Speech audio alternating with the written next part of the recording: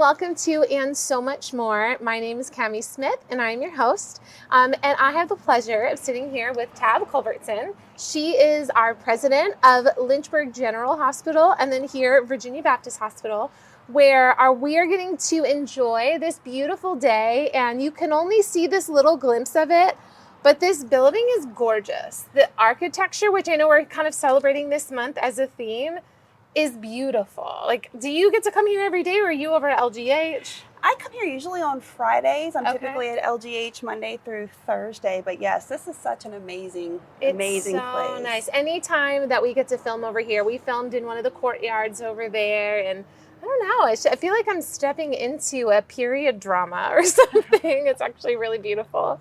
And we're actually talking about the history today because it is our Centennial celebration, the 100 years of Virginia Baptist. And we've talked so much from January up until now about a lot of different things. But I want you to share a little bit, because you've been kind of at the core of the planning and the celebration. And so tell us a little bit about the Centennial, like planning, celebration, all the things that have come together. Sure. Well, Kimi, it's a team effort, definitely. And I mean, just as I sit here, I want you to just think about all the things that have occurred here in this. Can't even imagine. Here in this facility, all of the memories, you know, that these walls hold.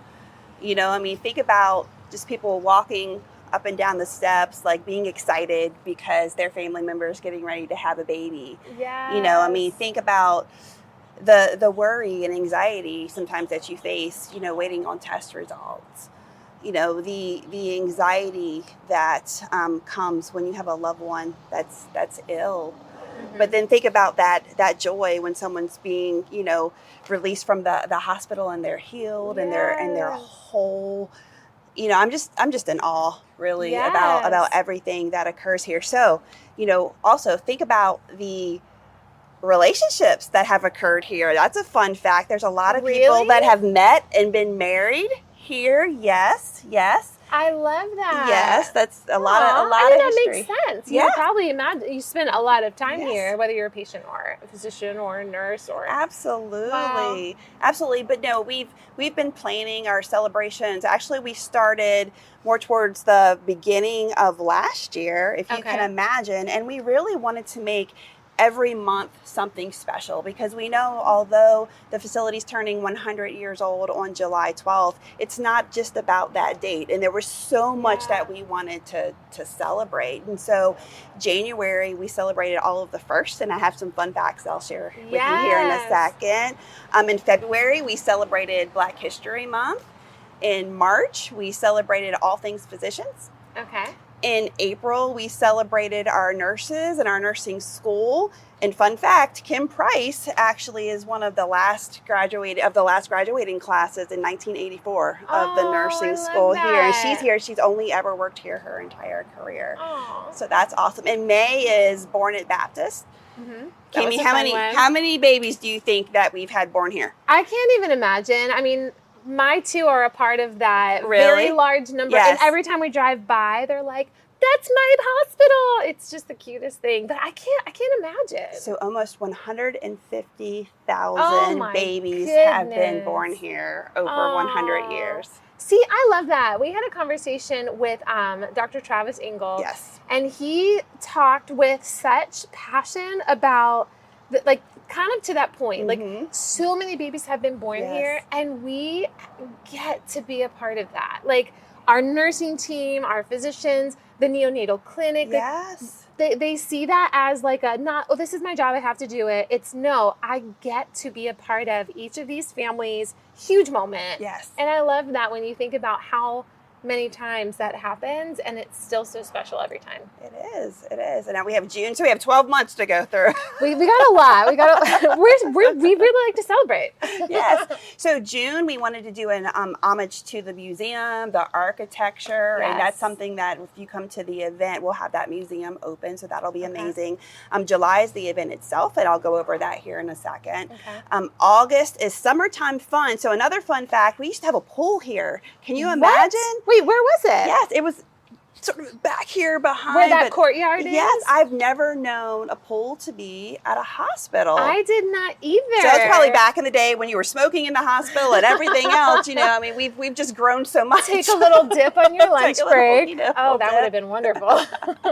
So that's August. September is an homage to our volunteers, because without them, we could not do a lot of things that we do. October is all things food. So that'll be awesome. Okay, teaser. Tell me about I won't. You got to finish your celebrations, but the recipe book. I'm really looking forward to that. Like, think about all those recipes over the 100 years, and different meals that have even been served, as a patient along the way. So there'll be special themes in October. So be on the lookout for that.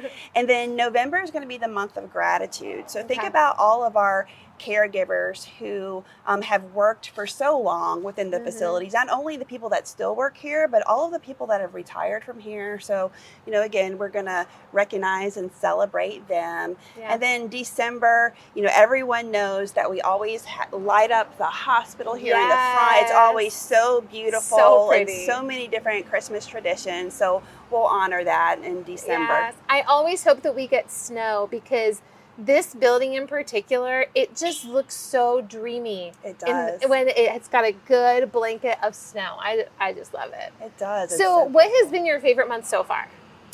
Well, I think the favorite month is still to come. Okay. And that's going to be in July, when we actually have the event. Yes. Celebration time. Yeah, the celebration time. Okay. Now the celebration, we're sitting here right now. Sure. It's hot.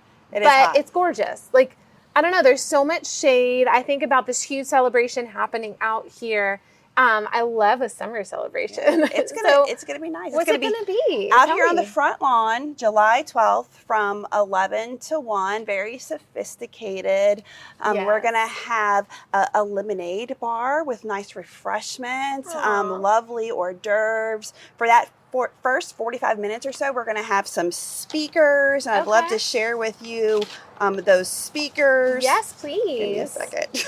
No, you're fine. I mean, I can't imagine what the planning for an event of that size. Yes. We wanted to be sure that we engaged people who have been leaders here. I'm humbled. I've only been here for 3 years. So there's been leaders that have come before me that have been here for many, many, many years. And many of you know, we have Dr. George Hurt, who's going to be here. Yes. Dr. George Dawson, I know a fan fave, so he's going to be here speaking. We have Carolyn Jakes, who not only is part of our foundation, she's actually foundation board chair, but she also has been intimately involved in planning. So just want to thank Carolyn Jakes for that as well. Yes. And then we have Miss Diane Nash, who used to be the vice president of nursing here for a long time. Wow. So yes, it's going to be a great event. That's wonderful.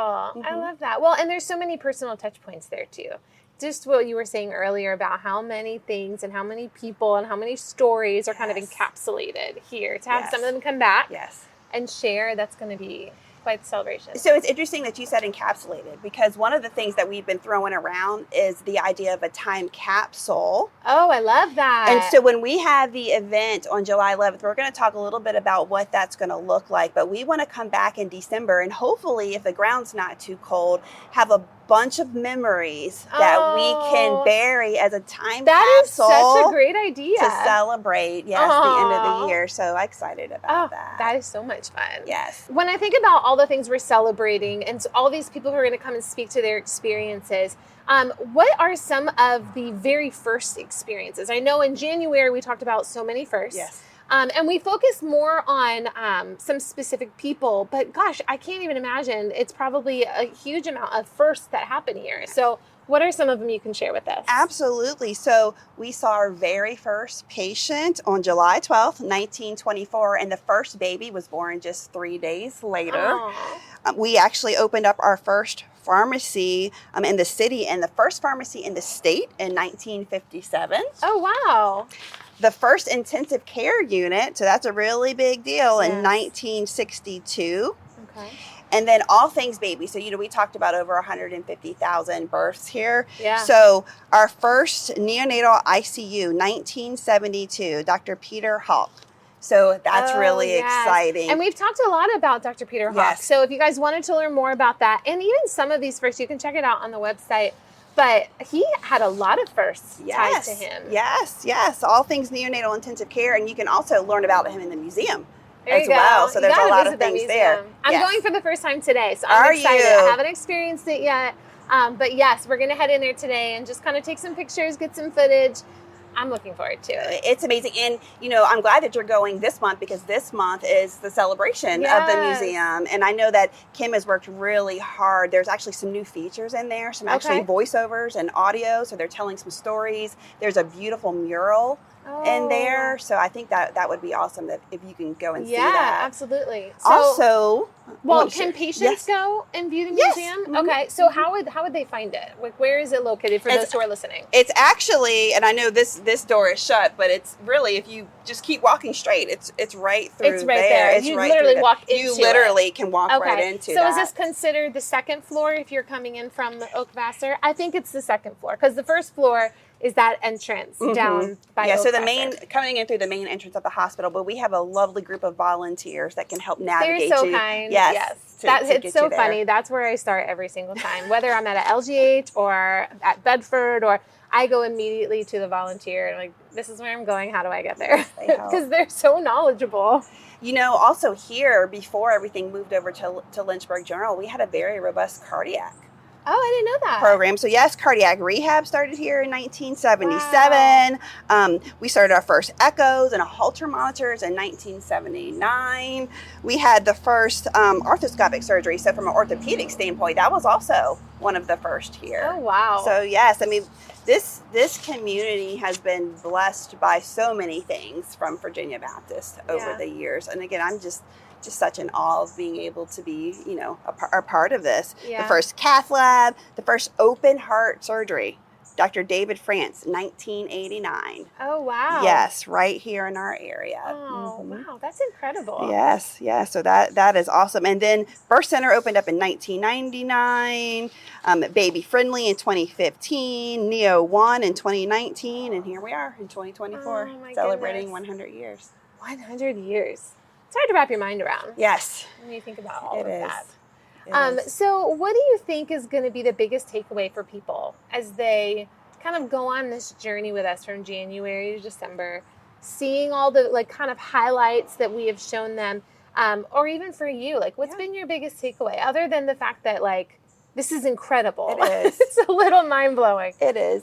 It's just the pride. When you have a hospital that has been here so much embedded into the community, and, this facility has changed people's lives. As we were sharing, I mean, people have been born here. People have started their careers here. People have retired here. This has just been a cornerstone for the community. And, as I've had the pleasure of being able to serve, as a leader here for the past 3 years, just the teamwork and the camaraderie. I mean, you walk in the doors and you feel it. Yeah. It's everyone wants to do the right thing for the right reasons. We have high quality here. There's just a sense of pride. Yeah. Yes. And I just love it.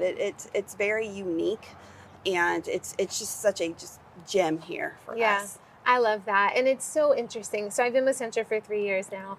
And that is not the one thing, but probably the biggest thing as I talk to people from so many different facilities to some of our major hospitals.